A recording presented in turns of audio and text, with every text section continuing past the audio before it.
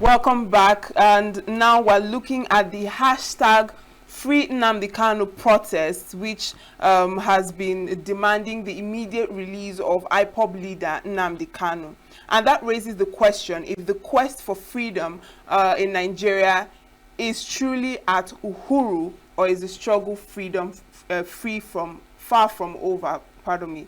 Now, with us in the studio this morning is Nnamdi of Fokansi. He's a legal practitioner and he's here to do justice to this discussion. Good morning and welcome. Which you always remember to put Ozo Nnamdi. Ozo Nnamdi of Fokansi. I didn't pick it for the dustbin. Yes. You're welcome. Thank you for having me this morning. Yes, thank you for joining us. Now, first of all, I'd like to get your thoughts on the protests and, the entire movement of Free Nnamdi Kanu. What are your thoughts on that? And you see, first of all, let's look at why do people even need to protest in the first place. You see, very many leaders, once they get into office, they get to disconnect. The other man will say they get disconnected, but it is what they call political disconnect with the lead. So when leaders get disconnected from the lead, and the masses can't reach them anymore, and those people who are around them become sycophants, only telling the leader what he wants to hear. Meanwhile, the average man in the street is wallowing in abject poverty, suffering, degradation. The next thing is that they are pushed to the wall. They will not go and protest. And when they protest, if it were good leaders, what they do is to listen. Because when you see your people protesting, your duty is, you tell them to come. Yes, gentlemen and ladies, what is the problem? They'll tell you, free Nnamdi Kanu, justice for all, blah, blah, blah. You get their right up. You tell them you address it. That's the hallmark of good leadership. But in Nigeria, the opposite is the case. Here, once you say you are going to protest, they will unleash, especially since the APC came into power in 2015. They have not been like that before. Since 2015, when APC came into power, it has ever been when they hear protests, they unleash police, army, on innocent protesters, leaving people who are killing and taking over spaces in the north, Boko Haram, Fulani insurgents, and they left those ones. They are trying to attack innocent protesters. So once we look at all this beginning or the intro to this protest, we now ask, the hashtag Free Nnamdi Kanu protest, what is it even all about? Is it even about Nnamdi Kanu as a person? Or is it about injustice generally in Nigeria? To me, I don't see it as just ordinary Free Nnamdi Kanu. I see it as, protest against injustice. Because this is a cumulative thing that has begun over and over the years, even from Buhari era. Now, let us just go down memory lane. Sunday Uhuru was arrested for trying to declare Oduduwa Republic. They even got a letter to United Nations. Buhari arrested him. But there was a shootout between security personnel and Sunday Uhuru supporters when they went to arrest him in his house. I think it's in Ibadan also. Now, he was arrested. I think he was first arrested in Republic and then brought to Nigeria. They charged him to court for treason. There's this other, I will research this name, this other Mietiala man who was also being tried for treason. These trials were going on when Buhari left office and Tinubu was sworn in. Now, Tinubu inherited those cases, including that of Nnamdi Kanu. Because Nnamdi Kanu was 2021 when he was rendition from Kenya. Now, Tinubu let Uhuru off the hook, discontinued with his trial. The other Mietiala man, his own has even gone halfway. He was also left off the hook, and his trial was discontinued. By the Tinubu administration, then they left that of Nnamdi Kanu alone. No problem. Some people might say, well, let it be Nnamdi Kanu's fate. Let him face trial, because they know they cannot get anything out of it. Already, the Federal High Court had discharged him, the Court of Appeal had discharged him. Even Supreme Court said that the rendition was illegal. But the federal government doesn't want to obey those judgments of court. Now, the federal government, because whatever Tinubu has done is what the federal government has done. You don't say Tinubu is not a private person anymore. He's the president of Nigeria, whether you like it or not. Now, they went and had a meeting with known bandits that have sacked villages in the north, that have already taken over a lot of local government in the north, collecting taxes from local inhabitants, killing people at random, sacking villages. They called them for a peace meeting. And when they were coming for this meeting, they came with all their military paraphernalia, military camouflage, their guns, their bullets, their AK-47 assault rifle, their rocket launchers, and multi-purpose machine gun. Somebody who is coming for peace meeting. And Nigerian soldiers and Nigerian police were looking at them. Now, it was like if people were trying to say, okay, no problem, let's see how it plays out. After the peace meeting, the bandits went back and started sacking villages still, people who came for peace meeting. Now, as if that was not enough, just about 3 weeks ago or thereabout, the federal government now pardoned about 175 convicted felons, people who were condemned to death for killing people, people who were armed robbers, about something drug barons. The federal government now told them, go, I have given you freedom. Remember, the Boko Haram people, when they arrest them, they organize a kind of party for them, say they are training them, they are integrating them into the society, give them bags of rice, sew uniform for them, keep them in a shelter. And then, after about 2 or 3 months, they tell them, you are now free, you are now repentant. You can now go back to society, do whatever you like, including joining the army that you have been killing all this while. Meanwhile, Nnamdi Kanu is still being detained. So you can now see the accumulated pent-up anger. That was why this protest then became a Nigerian issue. Before it has never been Southeast doing sit at home every Monday, disrupting their own economy. Even when Nnamdi says, oh, this is at home wherever I go to court. But the other group in IPOB now said otherwise. And people, for fear of their life, have to stay at home. Now, that Nnamdi Kanu issue is now attaining a national crescendo. It's no more a Southeast issue. You can now see what happened in Abuja on Monday. You know, that Monday too was the annual listing for hashtag NSAS. That was the 50th anniversary. So a lot of accumulated anger among the youths. So the Gen Z is now saying no. And that one immediately show record for this protest. It was easy. People joined because people the anger has been suppressed over and over the years. Bad governance, telling us one thing and doing another thing. Now, selective justice, 2 laws for one nation. The law governing the Southwestern and the Yoruba man, for instance, is different from the law governing the Hausa man and the law governing the Igbo man. Or the law governing people in the South is not different from the law governing people in the North. So people in the North can do anything they like and get away with it. And then even discuss with the president carrying arms. But the people in the South, if you wear military beret, police army will stop you on the road and start rolling you on the ground, ask you why you wearing military uniform. So these things are pent up anger that gave rise to this hashtag Free Nnamdi Kanu. But it has now become a national crescendo. So that is why I said, somebody was asking why even now, that maybe Showore was trying to upstage or do campaign for his, because he's a presidential candidate of a party. I told them, well, everybody has his own agenda. But what I know is that if there is a hidden agenda which Showore has about calling for hashtag Free Nnamdi Kanu, then that agenda, as far as I know, has attained a national status. It's no more a Showore issue. It's no more a Southeast issue. You can see including barrel pushers in Abuja, everybody joined the protest. So that shows you that it's no more an Igbo affair, because they have now seen the injustice being meted to the Igbo man. Those people who have now killed people, sacked the villages, putting their signboard, you don't talk to them. They are right. Now somebody will claim is inciting people to violence and mutiny.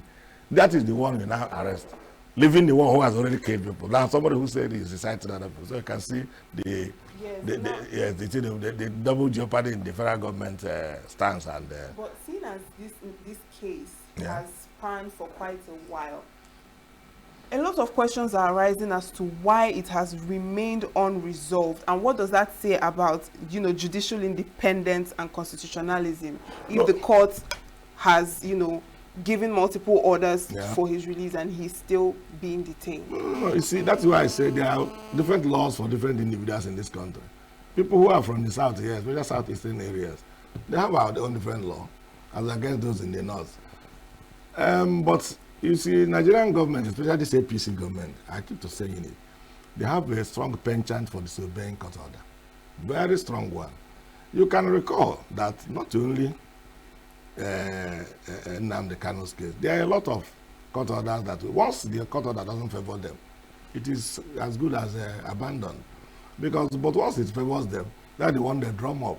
And they will expect you to obey the orders given to you by the federal high court or federal courts, when they cannot also obey the ones given to them by the same court. You can see what I was talking about. Now, federal high court said, this man has no case to answer. Discharge that, let him go. For goodness sake, you don't benefit from your lawful act. You extradition somebody from Kenya illegally, flouting all international laws. You brought him back here, like, in fact, you kidnapped him. So you cannot take a benefit from the kidnap. Now, they say they are going to appeal. They went to the Court of Appeal. Court of Appeal also said the same thing. They say they are going to Supreme Court. Supreme Court say, well, your rendition of this man from Kenya was wrong.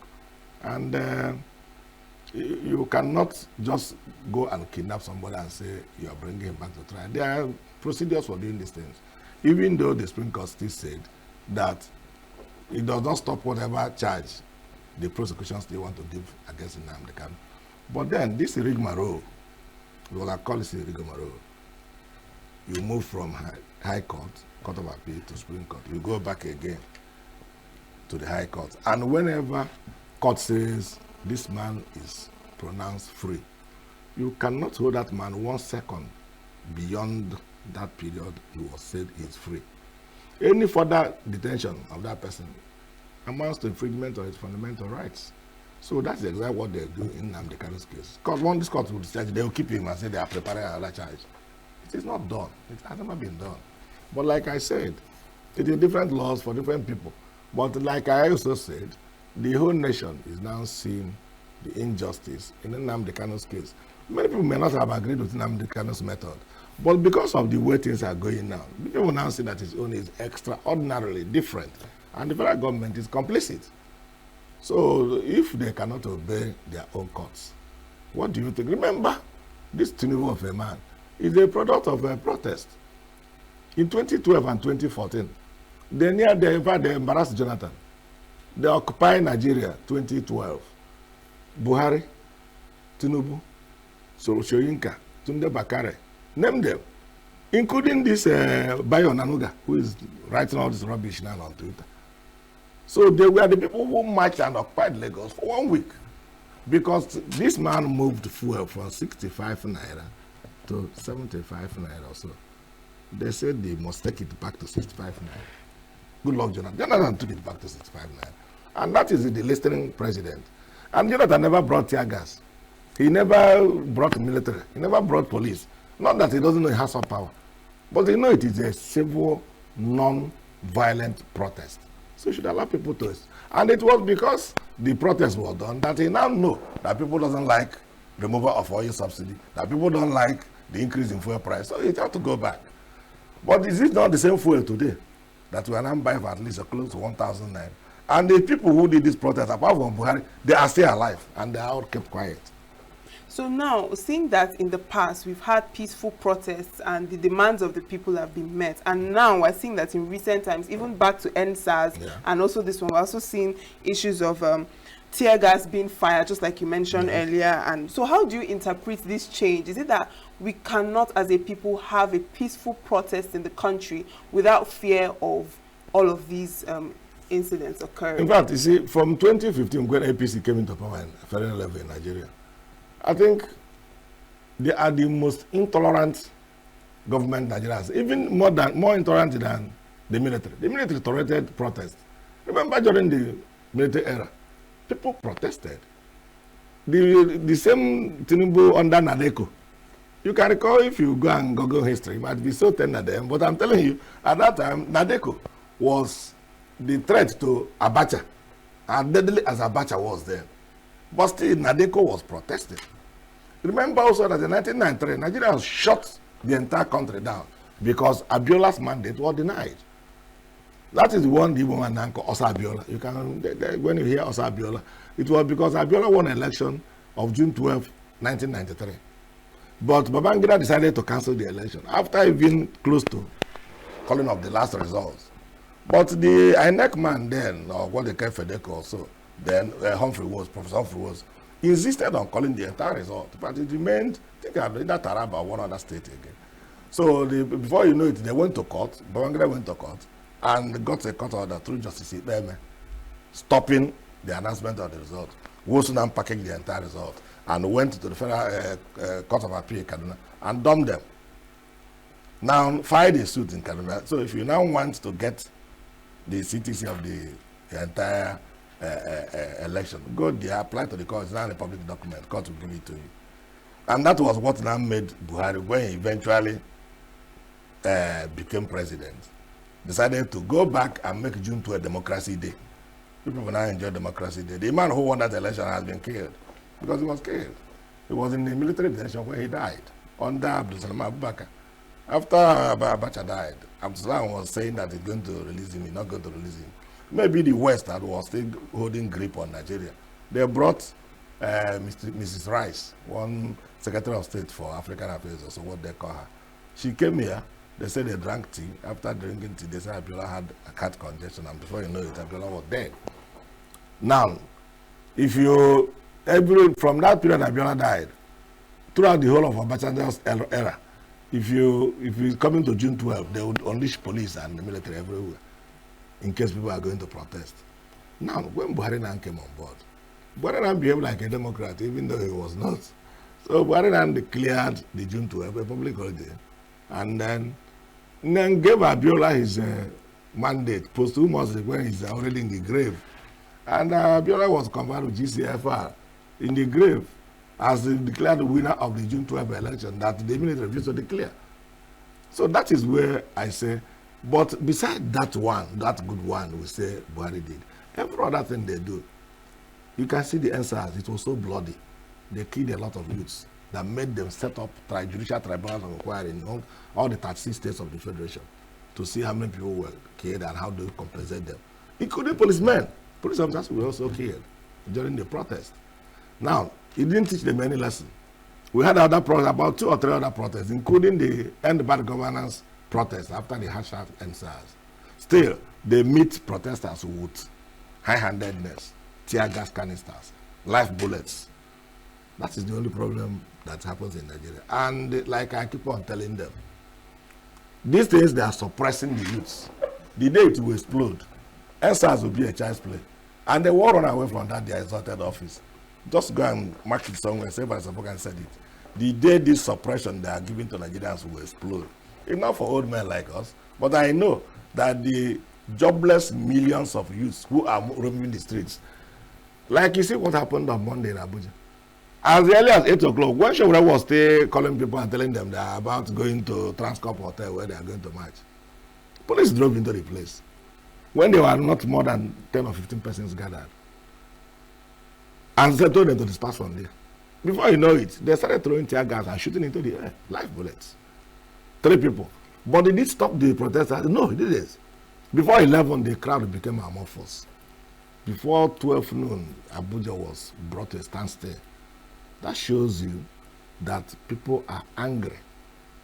People who were angry for other things, even apart from that, they cannot now use that opportunity to express it. So what they could have done ordinarily is to send policemen to follow the protesters to ensure that they didn't destroy anything. That's what Jonathan used to do when Jonathan was in power. If you are protesting, he will make sure that road safety will be there, police will be there, traffic will still be moving partially, people don't go to destroy anything. When you finish your protest, you write whatever you want and send across to the president. So that is the situation we find ourselves in Nigeria, especially under the APC. Now, you've mentioned the APC a couple of times. Why do you specify APC? Because it is during their tenure from 2015 when Buhari got into power that we start witnessing firing of live bullets at protesters. Even the military, Abacha didn't even do it. Abacha can throw tear gas, can pump water. But when we noticed soldiers firing live bullets as innocent, armless protesters, is under APC. At least Obasanjo was there before. Obasanjo suppresses protest, but he doesn't suppress it using firearms. Apart from this, occasionally Obasanjo can unleash mayhem like he did in Odi. when they say they killed soldiers, and told soldiers to go to retaliate. Such things, Kabasa can do those ones. But when there is a normal protest, Kabasa hardly unleash fire, live firearms. He doesn't. So you're saying specifically this is like APC agenda? I've been there. I've been there since 1999 when this didn't come on board. I was there I saw Abasan just 8 years. I saw Yaradua's 2 years. I saw Jonathan 6 years. I'm now seeing Buhari and Tinubu's 14 years, 16 years or so. So whatever, if they want to be there 20 years, I don't know. But at least I have seen 8 years of Buhari. I have seen 2 years of Tinubu. And it's the same thing. And Tinubu even told us that it will continue from where Buhari stopped. All right. Now, speaking on this suppression that you've also mentioned, yes, would you say that the people of Nigeria, particularly the youths, are getting disillusioned? Because on that day, the reports we got from Abuja showed that people got tired at some point. Actually, in the morning, around this time, as at that, people were already tired. People were going home. You know, people didn't come out as much. It seemed as if the protest fell short of the expectation of people on that day. What's your analysis? If you had gotten all the video clips of the protest, you find out that the protest was a huge success. At the time, police now became, helpless. So they had to use helicopter to monitor the protest. If you had watched it, you will see the drove of human beings moving. Yeah, but as opposed to previous protests where from the early hours of the morning you see people in their droves and en masse, this one car is slow. Yeah. You see, the thing is that, one, police, they wrote to the police that they want to embark on a peaceful protest to free Nnamdi Kanu. Police got their letter. Rather than addressing the letter, police quickly rushed to the Federal High Court, asking the court to give them an order, an expected order. I'll tell you what expected means. Give them an expected order stopping the protest. The court refused to give them that order, but said if there are some areas they don't want the protester to go, they can tell him. But they can't tell him to stop people expressing their free way discontent with the government. The other said, okay, since my lord is talking like that, we don't want them to go to Asorok. We don't want them to go to National Assembly. We don't want them to go to police headquarters. Court name made that order. That the protesters should not go to Asorok, that they should not go to police headquarters, and they should not go to the National Assembly. They let them say they are protecting national monuments, or so that there will be no confrontation. Now, but every other area in Abuja was free for them to operate. So the issue of being high-handed should not have arisen in the first place. And that was why the coming out was slow ab initio. Because people tuned on to their social media to know what is going to happen. So when they now saw people coming out, and Shaw already did a lot of campaign because he told them, he went around virtually all the markets, told the Igbos, this is not much of a sacrifice for you. You can lock up your shops for that Monday. Come out, let us show the world that we are not happy with the way they handled Nnamdi Kanu's case.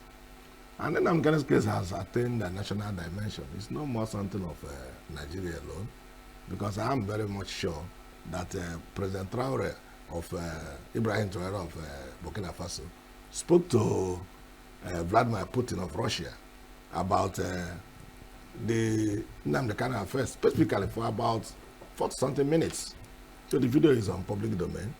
So, and some Nigerians, I think, I don't know that Reverend Father who went to White House in the United States and, read out a communique about Nnamdi Kanu's extrajudicial rendition from Kenya and his rigmarole trial here in Nigeria. A lot of the thing has attained an international dimension and is giving the nation an international embarrassment. So it's a wide part. I think either your television here or the other television, I told them last week that if I were Tinubu, or if I was to advise Tinubu, I could have advised him to preempt that very protest. So the anchor person like you are anchor person here and asked me, preempt it how? I say you can preempt it by Thursday or Friday, Saturday or even Sunday, or even on that Monday morning, you release Nnamdi Kanu. If you release Nnamdi Kanu, the press will cover it, invariably. The protest will get abated immediately. But if you cannot do it on Friday, you cannot do it on Thursday, you cannot do it on Saturday or on Sunday, bring the young man out on Monday. So as they are assembling, Call that your Bayon and Oga. That one where him out there around like diarrhea. Tell him, go and show the world. Look at Nnamdi. Nnamdi, after here, you can go home. 1 week, come back, let us talk. So as the protesters are coming, seeing Nnamdi coming out of Asoro, I think the protest will end naturally. They will not hate the young man, and they will. But why I said they should preempt the protesters is because I had that fear Nigeria will always mismanage every protest, especially I keep on saying APC, especially this APC government. And if they mismanage it, it might snowball into something else. Because the one in Nepal was this kind of thing. We have bad government, the economy is too bad, we are going to Europe to get greener pastures when we have a lot of resources here in Nepal. The youth wanted to protest. Police shot down 8 on the first day. The thing now skyrocketed. Today, then the president had to run away. So that was my fear. Because police might mishandle it. And if there's any casualty, it will not be what we have been expecting that we see. But God was so merciful to us. Throughout the entire Monday, no casualty. Even though we saw some people dripping blood, but nobody died. At least nobody died out of the protest. Not people can die in their houses. Now, the suggestion you made about what you would have done if you were the government, about releasing Nnamdi Kanu before the day of the protest or on the day of the protest. Yes. Now, already people are seeing or perceiving that the government is using Nnamdi Kanu as some form of agenda to get the 2027 ticket. So now, that suggestion of yours, don't you think it will also fall in line with that idea that there is this this is some form of publicity posturing, using Kanu's case as a bargaining chip, to get the heart of people? He could have, if they have done it before the protest, they could have gotten the heart of people. Truth. But if they don't do it, since they didn't do it, whatever they do now, nobody will listen to them. If Tinubu feels that he will release Nnamdi Kanu maybe in 2020 so that he can win election in Southeast, he's dreaming. Because I keep on saying it, that the Igbo man is mercantile in nature. The Southeasterners from Enugu to Bayelsa, we are mercantile. Everybody is a business person. And we know if you see bad market for market, you know this one a bad market and they won't buy it. So we know that Tinubu is a bad market, so nobody will buy him. We also, even if you are here now, if you contest election with Tinubu, you win him. Normal election. I'm just telling you, if you say, if INEC says, Uche, you are now presidential candidate of, let everybody chop party. Tinubu is presidential candidate of APC. There will be no rigging. Nigerians vote these two people. You will win. Tinubu cannot win any election normally in Nigeria if you say, don't rig. Just let us cast the normal vote and let everybody's vote count. Of course, he won't even dream of coming to contest election. But because they know they have a criminal INEC that can always return irresponsible people through rigging. That's why dirty people are in Nigerian politics. Otherwise, that people like Akpabio has no business being in the Senate. They have no business being in the Senate. He has been hunted by EFCC. He's not a fucking hunting him now. It's not because I'm talking on national television. Akpabio has a lot of cases in EFCC. Even when he was governor of Akwa Ibom. He has other cases where he was the chairman of Niger Delta Development Corporation, NNDC. And all these things were there. And because Tinubu wanted somebody who has also bargaining a skeleton in his cupboard, so that if you tell him do this, he will do it. Then everybody rooted for him to be the state president. So that whatever they say, he will do. Because if he doesn't want to do it, if you want to do like Saraki, to oppose the president, they will show him, okay, see your paper, see all your crimes, where they will just look you. He will just something. So that's why they brought him. So in other words, you're saying that if the president releases Kanu after now, it still wouldn't make a difference? No. It will not make any difference anymore. It won't, because he didn't act, preemptorily. If he releases Nnamdi Kanu now, that doesn't add or remove to anything again. So if we had done it before the protest or on the protest day, that could have been a different thing. Some people might say, oh, he now listening to Nigerian youths. And they will use it as a good chip during the campaign. Yes, when you told me to release Nnamdi Kanu, didn't I release him? Okay, you release him. The people will clap. It will be a good chip. But what is he going to say? Maybe people clamor for Nnamdi Kanu's release on 20th of October, 2025. He released him in July 2026. And the campaign starts in August. And he will come here and tell us, remember I released Nnamdi Kanu. Bullshit. Who listens to that kind of thing? Nobody will listen to him. So you see, people do political miscalculation that will even come back and haunt them. All right. Now, we're also seeing that Kanu's lawyer, Ezimako, has been arrested, and his brother as well. Yes. But Sowore, that led the protest, he's freely going about his business. Now, it seems like a case of profiling or something of the sort. What do you make of this incident?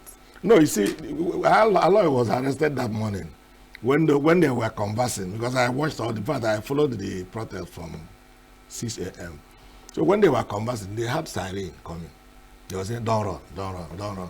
So when eventually the police came, the army came, I think I saw 2 police hillocks and the army hillocks behind. They were still standing there. So they put the tear gas and threw it at them. Many of them were still, and then when they started shooting into the air, Sowore has to run for their life, because he's a good soldier. He fights and runs away. But Aloy didn't run. So they picked Aloy and picked Fine Boy. Fine Boy was the younger brother of Nnamdi Kanu. And then there were some other youths who were there, who said that, because maybe their target was to shoot and kill Sowore, so that the protest can stop. And if Nigerians protest from now till next tomorrow, and even if it will be removed due to the killing of Sowore, do you think Sowore will come back to life again? He will not. So that was why Sowore had to take to his heels, and he wasn't picked up. But remember, he still went to the police headquarters after the protest, so that if they actually wanted him, why not arrest him then? So the issue of profiling you talked about Aloy, they have no, because even before the protest started, Bayo Onanuga started writing on X that Aloy Ejimako, who is handling Kanu's case in court, why should he join the protest? That that is recommending that MBA disciplinary committee should discipline him for joining the protest when he's man's defense counsel. Well, there's nothing wrong with any lawyer marching on a protest. When Gani, when Abiola's matter was trending, going on in court, you must have read about Gani Fahimi. Gani Fahimi used to be with Femi Falana and the rest of other radical Yoruba lawyers. And if what's there, people call for a protest, they will always join. You couldn't buy on Anoga, who is now writing that it is immoral. But even though I still say that on moral grounds, if I were a lawyer, Ejimako, I may not have joined the protest on moral ground. Not on the fact that any law bars me from protesting. No law says you cannot protest. But on moral ground, somebody you are defending in court, people are protesting. They are protesting also for you. All right? It's just like telling them to come and join the protest, to protest against you for your release. So the Aloy is also like Nnamdi Kanu, because he is loyal to Nnamdi Kanu. So whatever protest they are doing for Nnamdi Kanu, they're also protesting for the benefit of our lawyer who is handling the matter. So you shouldn't ordinarily have joined the protest on moral ground. So, but then, the issue is that he has committed no offense. Because the charge they say they are bringing against him is still laughable. Even though that day, Tuesday, I think that was yesterday, they already arraigned him very early in the morning in Kuje. Even before the lawyers who wanted to defend him could rush to Kuje. Imagine I had done the matter, there was no lawyer. He said, okay, nobody to ask for a bail. You can remand them in custody. You demanded them in custody. But ordinarily, no law says a lawyer cannot ask for his own bail. He need not wait for a lawyer. He's a lawyer himself. Even non-lawyers can, because the law allows you to defend yourself in person or by legal practitioner of your choice. This is constitutional issue. So that also brings to bear the question people have been asking about the injustice being meted to Nnamdi Kanu. So this is like an extension of the injustice? Yes. Kind of vicarious extension of the injustice being meted to Nnamdi Kanu. Nnamdi sent to his lawyer. Not knowing that even if they send a lawyer to life in prison, another lawyers will step in to still defend the young man, because it's for defense. And in fact, there is no charge against him, ordinarily speaking. So he's ready even to defend himself. So that's why I say, when this bent up anger build up in such a quantum, people tend to be pushed to the wall and they will react. Now let's talk about Sowore. Now earlier you mentioned that some people are of the opinion that Sowore has an agenda, as a presidential candidate of a political party, and then some people are also saying that why wasn't this protest initiated by an Igbo person? Why does a Yoruba person have to be the person that will initiate a protest for Nnamdi Kanu that is moving for, you know, the indigenous people of Biafra? So what are your thoughts? Yes, because the Igbo man in this circumstance is like a judge of a high court. You know, judges of high court can send somebody to jail. They can even condemn somebody to death, give order somebody be hanged. But if they have case, their own personal cases, they still need other people to do what? To do it for them. They go hire services of lawyers. When Tafa Balogu was removed as Inspector General of Police, it was still lawyers who went to court on his behalf and had a plea bargain before he was, you know, sent back to the society. During Obasanjo's tenure, he was the Inspector General of Police. So the Igbo man in this circumstance, if Igbo man calls for this protest, it couldn't have attained the kind of national dimension attained on Monday. Why? Because they say, the first of all is that police will start to muzzle them up and say they are hypo. If Igbo man calls for that protest, few people will come out, because once you come out, they will label you hypo. And if you can't, they will shoot you dead. So, but so we're calling for the protest. She seems more of like a neutral person who sees injustice as injustice, and not because somebody is Igbo or on ethnic basis. You know, Nigeria is divided on ethnic lines. Even so, a lot of Yorubas who write on social media still condemn Shawara for leading the protest. But Shawara is a detribalized human being.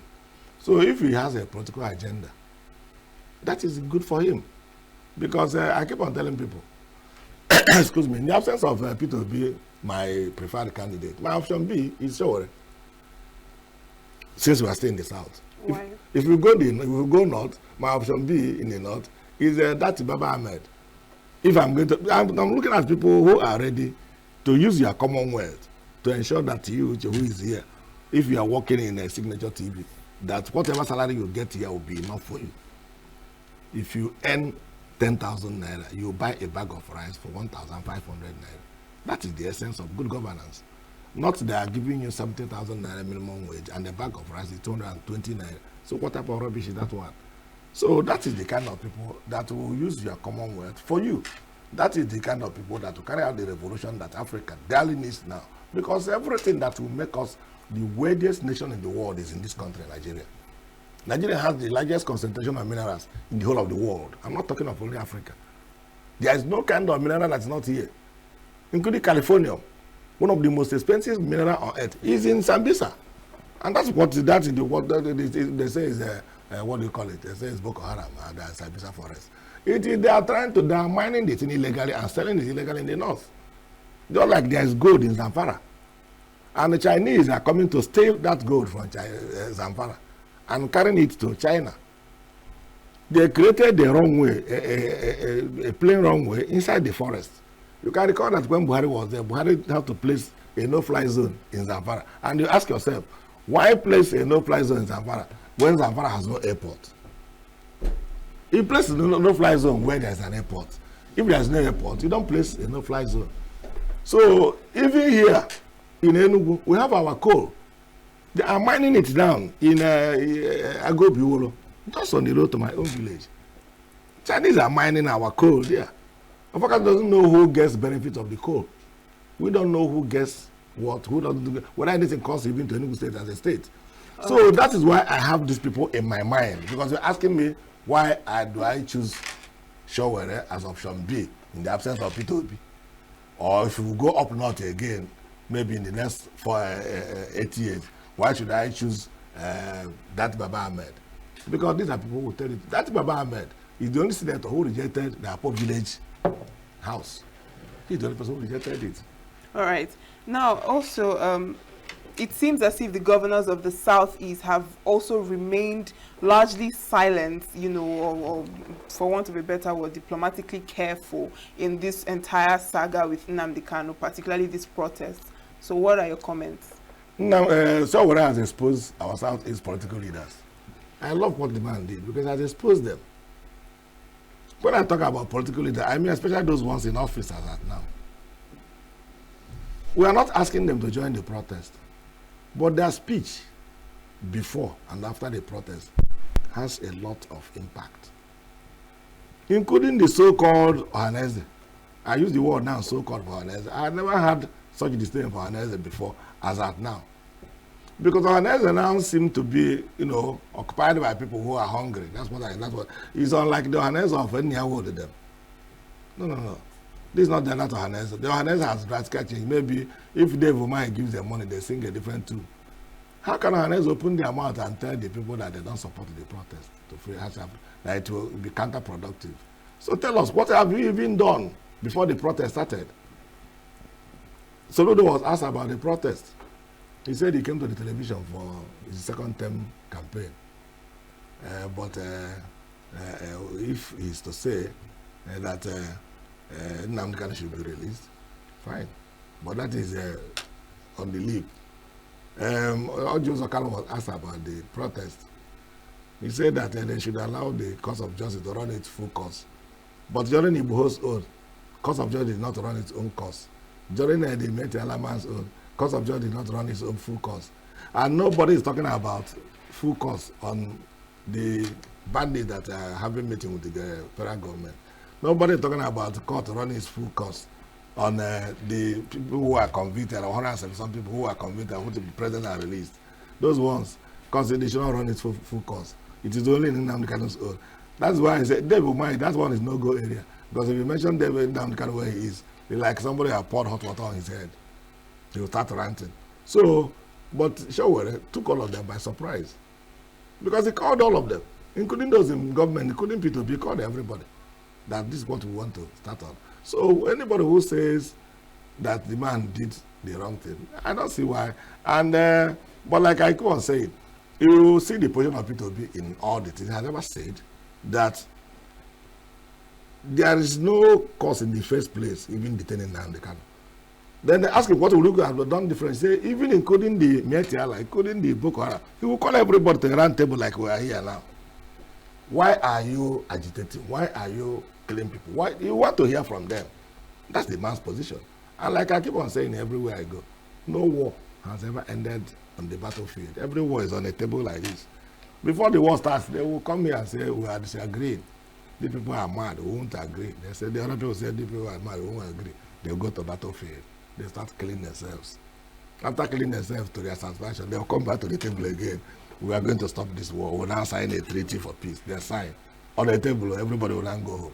So, if you can stop a war on a table and commence a war on a table, why commence it at all? Use the table first. So, but if it has been commenced inadvertently, still use the table to stop it. And that's what P2P has been saying. Now, I'd like to get your thoughts on this sit-at-home idea that usually occurs in the Southeast. We saw that on Monday, there was virtually no movement in Enugu and some other parts of the Southeast states. So, do you think that this sit-at-home that, has been something recurring for a while now, do you think it's the best option to go for in this move for freeing Nnamdi Kanu? It couldn't have been the best option. It couldn't have been. But you see, like I said, when you push people to the wall, they do the unthinkable. Drastic position sometimes require drastic solutions. So people now are going to sit at home every Monday. It is detrimental to both the economy, both businesses, everything suffers. So nobody likes it. But if you come out on Monday and somebody fires a gun at you and you get killed, why not stay in your house? But it's only in the Southeast states. So at the end of the day... That's why I said that this protest of Monday, I so much appreciate it because it has now given the Nnamdi Kanu struggle a national look. It has created a national atmosphere. There are people who don't even know who is Nnamdi Kanu. There are. But this thing that happened on Monday, everybody was asking questions. What is going on? Who is this? Who is that? And I keep on saying, some parts of foreign countries think Africa is a small village like this room. If you tell somebody in the United States, if you ever gone to the United States that you are an African, he'll tell you, oh, very fine. Africa, I have a friend in Lesotho, South Africa. Do you know him? One Simon Kapule. As if to say that Africa is just a small cubicle. Even people in your village, do you know all of them? So, but with this kind of protest and with the social media, everybody asking what's up. Some people in that place will now be asking, what is happening in Africa? They say, no, it's not every Africa, it is Nigeria. So what's happening in Nigeria? They will now start telling you. Because people read what is going on in social media. People see the tear gas being thrown at protesters. People see helicopter following protesters to and fro. So all those things are now, that's why I said, the sit at home in Southeast is detrimental only to the Southeast. Because it is like what happened during the war. The Biafran land was the theater of war. So from 1967 or thereabout, virtually every school closed. While others were still writing their WAEC. So when after the war, when many of us went to secondary school and they started looking for job when we left secondary school, we were seeing WAEC 1968. WAEC, I said, was there WAEC in 1968? Which one it was there WAEC? Yeah, people were fighting war now and they didn't go to school. So like everything that's happening here is setting back the Igbo economy. And the Igbo man, if you even want this very sit at home to take a national outlook, like everybody's advising, the Igbos hold the economy of this nation. They can decide that every Monday, everywhere you are as an Igbo man, lock up your shop. Just do it for 3 weeks. Nigeria will wake up. Remember, during the time of Wazirike, when Obasanjo was the president, Wazirike was running the one they call Masob. And Wazirike declared the first sit at home. It was widely obeyed by every Igbo man all over Nigeria. All right. And then, briefly, before I round up, as the Igbo man obeyed that thing, Tinubu was then the governor of Lagos State. He was forced to come to national television in Lagos and beg the Igbos to come and open their shops by 4 p.m. So you're saying something like that if we Yes. take it now? If it becomes a national something, yeah. Not only in Southeast. Because we can't say Yoruba man sit at home, no. Because we will not sit at home. We can't tell another man sit at home for Nnamdi. No, every month he won't. But if you tell every Igbo trader all over Nigeria, wherever you are in Nigeria, in fact, wherever you are in the world, lock up your shop. Just do it for 2 weeks or 3 weeks. Know whether the world will not listen. All right, also Nnamdi, finally, would you say that we are at Uhuru? Do you think we will reach that point where we can, as a people, both as Igbo people and as Nigerians, say that we have reached Uhuru? We have not. We have not. We are still at the teaching stage. It is 2 steps forward, 10 steps backward. We have not made any mark yet. And that is what the man is even clamoring for, the man called Nnamdi Kanu. Let us manage our resources. If the resources in Igbo land cannot make Igbo land prosperous, let them go. Rather than taking what is here, you say Sharia law forbids alcohol, and then you charge value-added tax on alcohol, and everybody in the south pays the value-added tax. Everybody in middle belt pays the value-added tax on alcohol, and you take the money collected from VAT and take it to national allocation, and they share the money to the taxing states, including where people forbid alcohol, and they collect the tax from alcohol, but they tell you not to drink alcohol. Don't you see it is injustice? And now you oil in River State, oil in Anambra, oil in Enugu, oil in the entire eastern region is Nigerians' mineral. But the gold in Zamfara is for Zamfara as a road. That is wrong. That's injustice. And that's what the man is clamoring for. So whatever you do to the man selling agidi, sell it to the person selling akara. So that's all the man will be saying. So what do you think is, what can we do to move forward, moving on? What we will do moving on is simple. Just let the man go. One, if he says he's marginalized in his own zone, call him to a round table. Ask him how is he marginalized. If the Boko Haram people says we want to practice our Muslim religion in our own zone, call them to a round table. Ask them, how do you want to manage it? Will other people be accommodated, or do you want to make it the Taliban style in Afghanistan? Now, if Sunday Igboho says he wants to do a republic, call Sunday Igboho to a round table. Ask him, what type of Odua republic do you want? Is it Odua republic that contains only Yorubas or everybody? If Nnamdi says he wants Biafra, what type of Biafra do you want? Is it a Biafra that becomes independent of Nigeria, or Biafra that becomes an integral part of Nigeria, where everybody works like a loose confederacy? Round table at the end of the day. That's all I'm saying. And I keep on advocating that.